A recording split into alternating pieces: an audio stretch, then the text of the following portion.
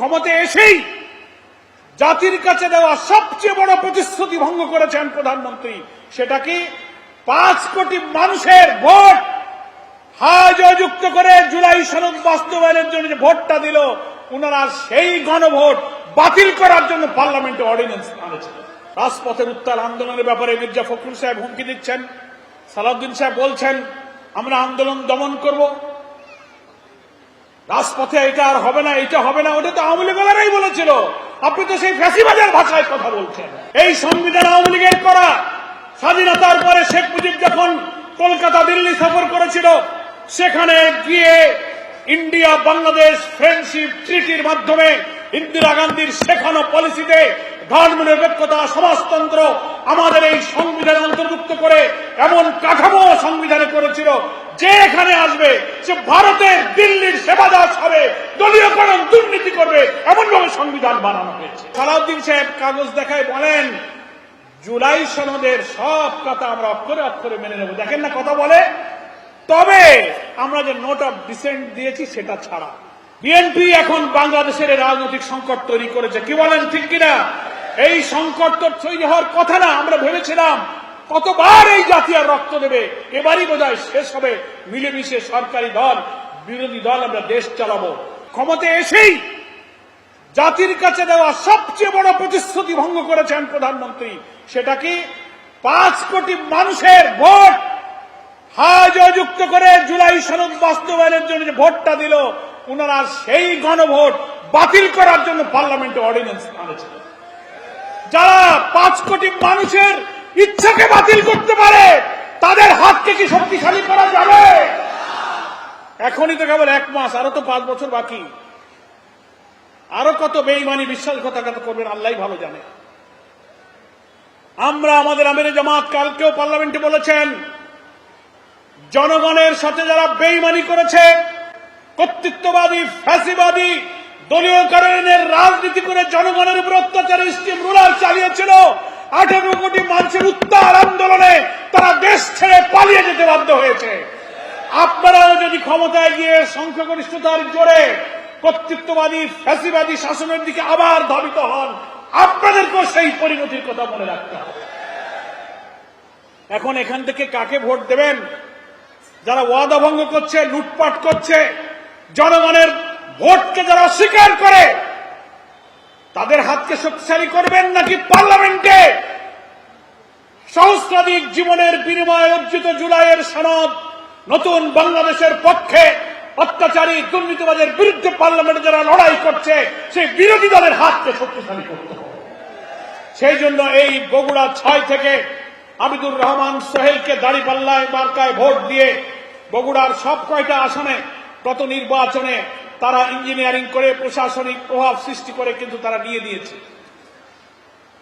এবার আমি বিএনপি, আওয়ামী লীগ, জাতীয় পার্টি, কমিউনিস্ট পার্টি, এই বগুড়া শহরের যারা ভোটার আছেন, দলমত নির্বিশেষে সবার কাছে আহ্বান জানাবো, দেশকে আর বগুড়াকে ভালোবাসলে ওয়াদা ভঙ্গকারী আর দুর্নীতিবাদদের হাতে ক্ষমতা দেবেন না। দলের ঊর্ধ্বে দেশ, নাকি বলেন? বিএনপির নেতৃবৃন্দ বক্তৃতার সময় বলেন ব্যক্তির চেয়ে দল বড়, দলের চেয়ে দেশ বড়। কিন্তু ক্ষমতায় যখন যায় তখন মসলা উল্টে যায়, দেশের চেয়ে দল বড়, দলের চেয়ে ব্যক্তি বড়, মশলাটা উল্টে যায়, নাকি বলেন? ফলে দলের চেয়ে আসুন দেশকে ভালোবাসি। আমরা সংবিধানের দোহাই দিয়ে 5 কোটি মানুষের ভোটকে অস্বীকার করলেন। সারা বাংলাদেশে বিএনপি যে ভোট পেয়েছে ধানের শীষ মার্কায়, আমরা যোগ করে দেখেছি সে ভোটের সংখ্যা হয়তো 3 কোটি হইতে পারে। আপনি যদি বলেন আমরা ম্যান্ডেট পেয়েছি, আমরা যা বলবো তাই হবে, সংবিধানের দোহাই দেবে, এই সংবিধান আওয়ামী লীগের করা। স্বাধীনতার পরে শেখ মুজিব যখন কলকাতা দিল্লি সফর করেছিল, সেখানে গিয়ে ইন্ডিয়া বাংলাদেশ ফ্রেন্ডশিপ ট্রিটির মাধ্যমে ইন্দিরা গান্ধীর শেখানো পলিসিতে ধর্মনিরপেক্ষতা, সমাজতন্ত্র আমাদের এই সংবিধানে অন্তর্ভুক্ত করে এমন কাঠামো সংবিধানে করেছিল যে এখানে আসবে সে ভারতের দিল্লির সেবাদাস হবে, দলীয়করণ দুর্নীতি করবে, এমন ভাবে সংবিধান বানানো হয়েছে। আমরা এই সংবিধানকে পরিবর্তন করে বলেছি নতুন কাঠামো বানাও। বিএনপিও সেখানে সই করেছে, জামাতও সই করেছে। এখন বলে রাষ্ট্রপতির এই আদেশে গণভোট আমরা মানি না। তাহলে এই প্রশ্নের জবাব পার্লামেন্টে সালাউদ্দিন সাহেব দিতে পারেন নাই, সরকারি দল দিতে পারেন নাই, যে আপনি ভোট হলো 12ই ফেব্রুয়ারি, জুলাই সনদের আদেশ,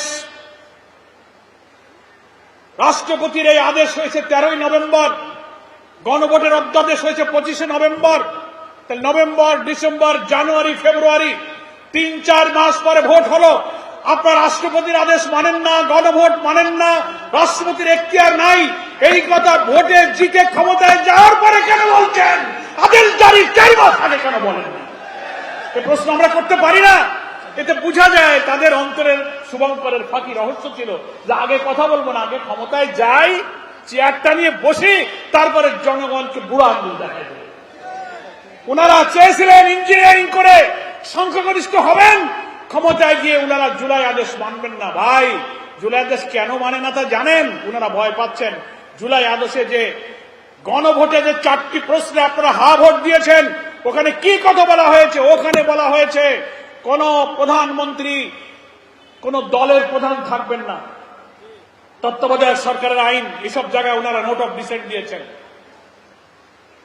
সাংবিধানিক পদ, পাবলিক সার্ভিস কমিশন, সরকারি চাকরি, প্রধান বিচারপতি, কেয়ারটেকার সরকার, সুপ্রিম কোর্টের বিচারক, আপিল ডিভিশনের বিচারক, এইগুলো নিয়োগে বাংলাদেশের যে আইন আছে সংবিধানে, রাষ্ট্রপতি আর প্রধানমন্ত্রী পরামর্শ করে যা করবে তাই হবে।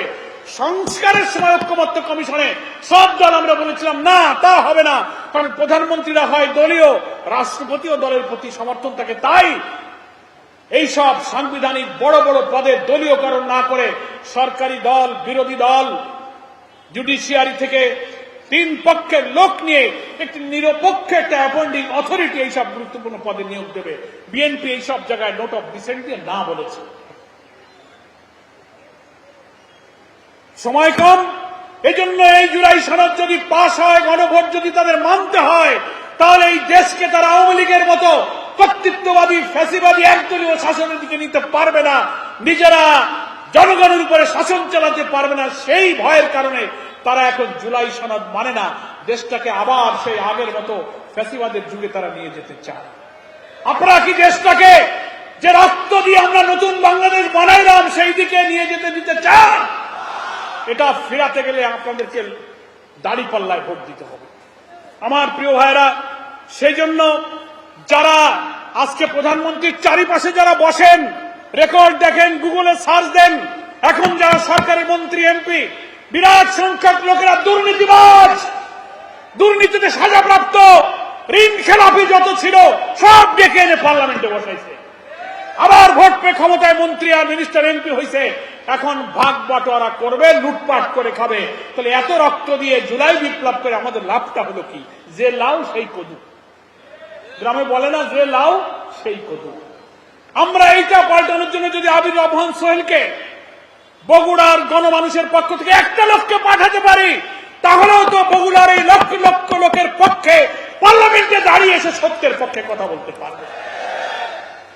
সেজন্য আমি এই কথা বলতে চাই, দলীয়করণ, দুর্নীতি, কর্তৃত্ববাদী অত্যাচারী শাসনের দিকে বিএনপি যাত্রা শুরু করেছে। এই যাত্রার বিরুদ্ধে পার্লামেন্টে 11 দলের 77 জন এমপি প্রতিবাদ করেছে। আমরা বলেছি গণভোটের যে ফলাফল, জনগণের রায় মানতে হবে, অক্ষরে অক্ষরে মানতে হবে। সালাউদ্দিন সাহেব কাগজ দেখায় বলেন জুলাই সনদের সব কথা আমরা অক্ষরে অক্ষরে মেনে নেব। দেখেন না কথা বলে, তবে আমরা যে নোট অফ ডিসেন্ট দিয়েছি সেটা ছাড়া। আমি বলবো নোট অফ ডিসেন্ট যেটা দিয়েছেন, গণভোটের যে ব্যালট ছিল সেই 4টি প্রশ্নে কোন নোট অফ ডিসেন্ট ছিল না। নোট অফ ডিসেন্ট ছাড়াই জনগণের কাছে ব্যালট গিয়েছে, 5 কোটি লোক ভোট দিয়েছে। আপনার এই নোট অফ ডিসেন্ট সব জনগণ খারিজ করে দিয়েছে, ওটা বাতিল হয়ে গেছে।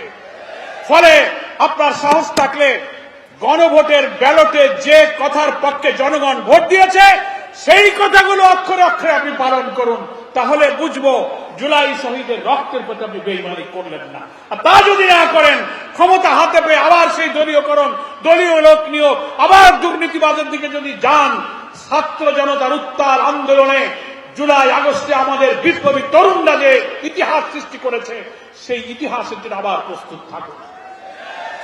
আমাদের আমিরে জামাত ডাক্তার শফিকুর রহমান বলেছেন, আমাদের গণভোটের রায় বাস্তবায়নের লড়াই পার্লামেন্টেও চলবে, রাজপথেও চলবে ইনশাআল্লাহ।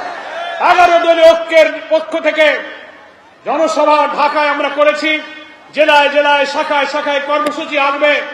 আমি মনে করি বিএনপি এখন বাংলাদেশের রাজনৈতিক সংকট তৈরি করেছে। কি বলেন, ঠিক কিনা? এই সংকট তো তৈরি হওয়ার কথা না। আমরা ভেবেছিলাম কতবার এই জাতি আর রক্ত দেবে, এবারই বোধহয় শেষ হবে, মিলেমিশে সরকারি দল বিরোধী দল আমরা দেশ চালাবো। ফলে আপনারা আবার যখন সংকট তৈরি করেছেন, এই সংকট আপনাদেরকে দূর করতে হবে। তা না হলে যে জনগণ আমাদেরকে 5 কোটি মানুষ 3 কোটি দিছে বিএনপিকে ভোট, আর 5 কোটি দিছে জুলাই সনদের পক্ষের ভোট। 3 কোটি বেশি না 5 কোটি বেশি? বলেন। 5 কোটি। তাহলে 3 কোটির কাছে কি 5 কোটি পরাজিত হবে? না। সেই জন্য পার্লামেন্টের বিরোধী দলীয় নেতা ডাক্তার শফিকুর রহমান বলেছেন, জনগণের রায়কে আপনারা অপমান করেছেন, মানতে পারেননি। এখানে না মানলে আমরা আবার সেই 5 কোটি ভোটার জনগণের কাছে আমরা আবার ফিরে যাব। তাই আমরা রাজপথে যাব। রাজপথের উত্তাল আন্দোলনের ব্যাপারে মির্জা ফখরুল সাহেব হুমকি দিচ্ছেন, সালাউদ্দিন সাহেব বলছেন আমরা আন্দোলন দমন করব। রাজপথে এটা আর হবে না, এটা হবে না, ওটা তো আওয়ামী লীগেরাই বলেছিল। আপনি তো সেই ফ্যাসিবাদের ভাষায় কথা বলছেন। গণতান্ত্রিক পথে হাঁটতে গেলে আপনাকে জুলাইয়ের ফলাফল মানতে হবে, সংবিধান সংস্কার পরিষদের শপথ নিতে হবে এবং জুলাই সনদকে আইনি ভিত্তি দিয়ে সংবিধানের তফসিল অন্তর্ভুক্ত করতে হবে।